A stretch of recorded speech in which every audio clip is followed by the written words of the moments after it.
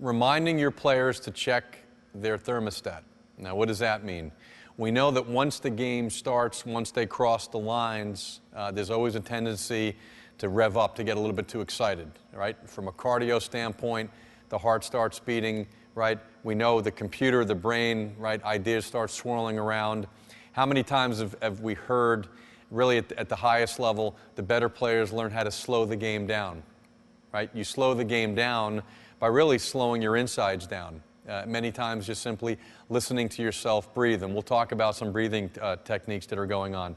But as a teaching cue, check the thermometer, and this very simple. Take your finger and just simply put it near your mouth, almost as if you're putting or reminding the player, right, to put that thermometer or thermostat inside.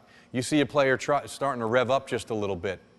And again, after you've talked to the player about, always know where you are on that thermostat, okay? If you're burning at 107 degrees compared to being at that 98.6, where your body temperature and your game temperature should be, that's just a reminder that many times will trigger the player to step off the mound, to step out of the box, to go back and go back to their routine, to take that belly breath, to change the channel, to reaffirm the personal pep talk, or possibly to go back and flush the toilet.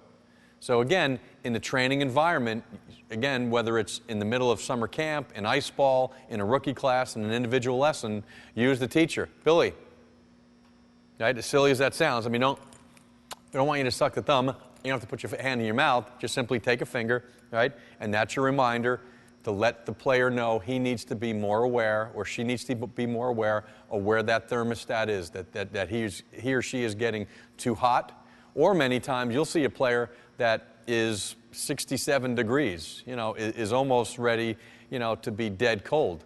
That check the thermostat is your reminder to do what? You need to rev up just a little bit. You're playing as if you were dead or asleep or fatigued or tired.